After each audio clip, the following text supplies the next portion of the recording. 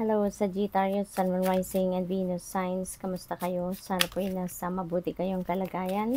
Welcome back po sa Star Tarot. Kung bago kayo dito, welcome din kayo. Thank you sa inyong support. I truly appreciate it. God bless you all. Sagittarius, pauna mensahe ninyo ay death energy. Sag, this is a major transformation happening sa buhay ninyo.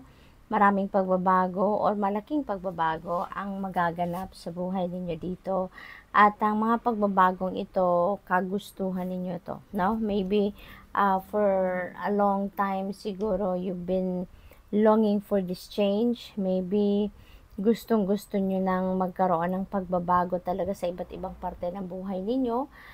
Posible din na sawa na kayo or pagod na kayo, no, sa routine ninyo or sa laging nagaganap, no, sa kung anumang parte ng buhay ninyo ito. Kaya gusto ninyo ng pagbabago. So you're going to close some doors, no, sa ibang parte ng buhay ninyo dito, and you're going to start something new. Papunta kayo sa pagsisimula ng bagong chapter, no, sa buhay. We have 7 of Cups, multiple opportunities ito na paparating. Maaaring meron kayong titignan dito na mga oportunidad, at maaaring yung mga oportunidad na to, maaaring sa iba't ibang parte ng buhay ninyo, maaaring dadating siya ng sabay-sabay, marami, at kaya siguro malilito kayo, no? So, para hindi kayo malito dito or hindi kayo mahirapan magdesisyon, magpili kung ano yung kukunin ninyong opportunity dito.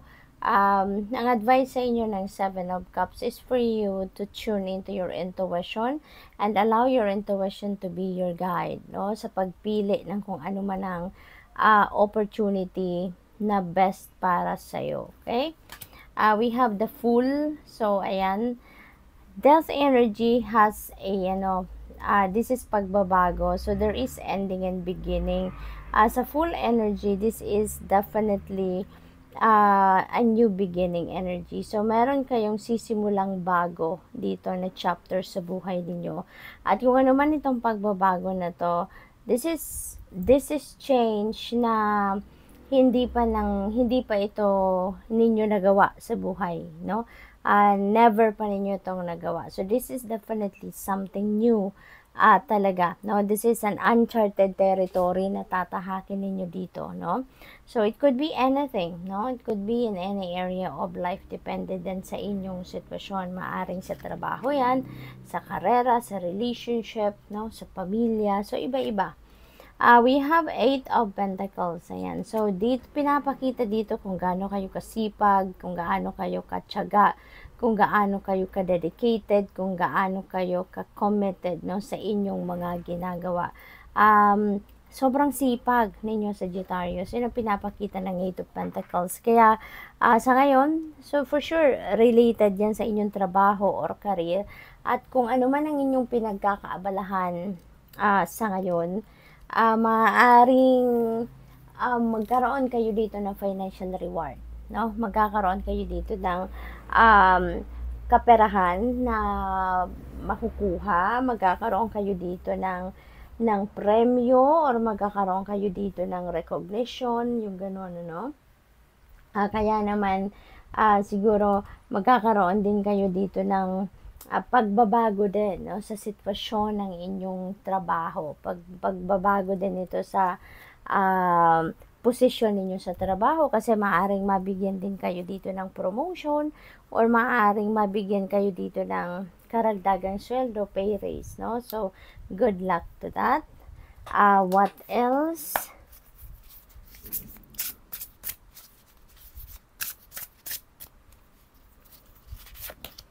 We have strength. Kailangan din ninyo dito, no, siguro ng tibay ng loob, no? Courage and inner strength. Maybe kailangan ninyo yung i-activate ngayon sa buhay ninyo. Okay? Yung tibay ng loob na to, kasi maaaring yung pagbabagong ito, 'di ba, hindi madali, no, ang magkaroon ng pagbabago. hindi madali ang magkaroon ng transition or pagdaanan ng isang transition or transformation. Kaya maaaring kailangan ninyo talaga dito na magpakatatag, okay? Lakasan ninyo ang inyong loob, tibayan ang inyong dibdib sa mga pagbabagong ito, because sometimes yung mga changes sa buhay natin is uncomfortable. Pero kailangan natin gawin, 'di ba? For our highest good. Kaya siguro ngayon, ito na lang yung advice sa inyo. Tatagan ninyo ang inyong loob. Makakaya din ninyo yan. Sa una, magkakaroon kayo ng siguro pangangapa, 'di ba? Kasi bago yan, so mag-a-adjust kayo. Pero kapag nakapag-settle na kayo dyan, then things is going to fall smoothly na, 'di ba? Things are going to fall in its right place na at magiging running smoothly na yung mga kaganapan. Leadership, and so maaaring may pagbabago sa leadership, no? Siguro sa mundong ginagalawan ninyo, posible din na yung leadership na to is leadership role na maaaring ibigay sa inyo, i-award sa inyong trabaho, no? Kasi nga meron din tayong full energy dyan, so that is a new chapter, no, sa buhay. So chaos, ayan, so maaaring merong kaguluhan dito na nangyayari, no? Posibleng hindi ito kaguluhan sa physical na aspeto, pero maaaring kaguluhan ito sa isip ninyo. Maybe this is you're having a turbulent mind, or you're having a confusion sa ngayon. That would be related dito sa leadership, 'di ba? Kasi siguro offer ito sa inyo na maging leader kayo, maging boss or supervisor na kayo, manager, pero maaaring nagdadalawang isip kayo kung kukunin ninyo to, kung kakayanin ninyo, or kung kaya ninyong panindigan. So kaya siguro naguguluhan din ang isip ninyo, no? So possible na ganun ang ganap. Wala naman ako nakikita ditong kaguluhan na may away or hindi pagkakaintindihan with a group of people or with someone, no? So ang napipick up ko dito is internal conflict, no? Yung gulo sa isip ninyo siguro. What else for Sagittarius? Tingnan natin kung ano pa ang ganap. We have life lessons again. Ayan. So maraming lessons in life, wisdom dito na mapupulot kayo, at maaring dahil yan sa mga transition na mangyayari sa buhay ninyo. So it will lead you wisdom, it will lead you lessons na magagamit na naman ninyo yan sa ibang pagkakataon sa buhay, no? What else? We have send out help to others. Ayan. So being a leader siguro, no?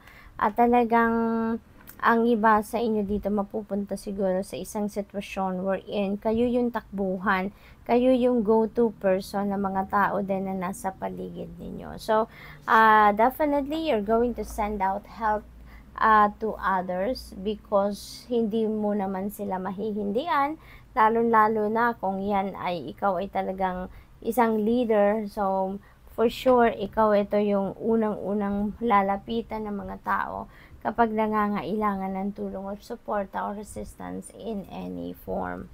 What else we have? It is always okay to ask for guidance when the way isn't clear. Kaya wag kayong magdadalawang isip, no? Na magdasal, wag kayong magdadalawang isip na humingi kayo ng divine guidance, kasi God will always be there for you and with you.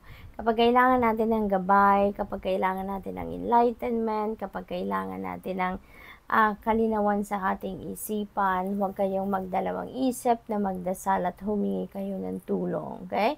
Dahil hindi naman tayo hinihindian or hindi naman tayo dinay ng universe ng kung ano ang hinihingi natin, lalong-lalo na pagdating sa mga gabay. Kaya importante din na kapag nagdadasal tayo for guidance or for enlightenment, gawin din natin yung parte natin para ma-access natin yung maaaring sagot ng divine universe sa atin by listening to our intuition. Okay?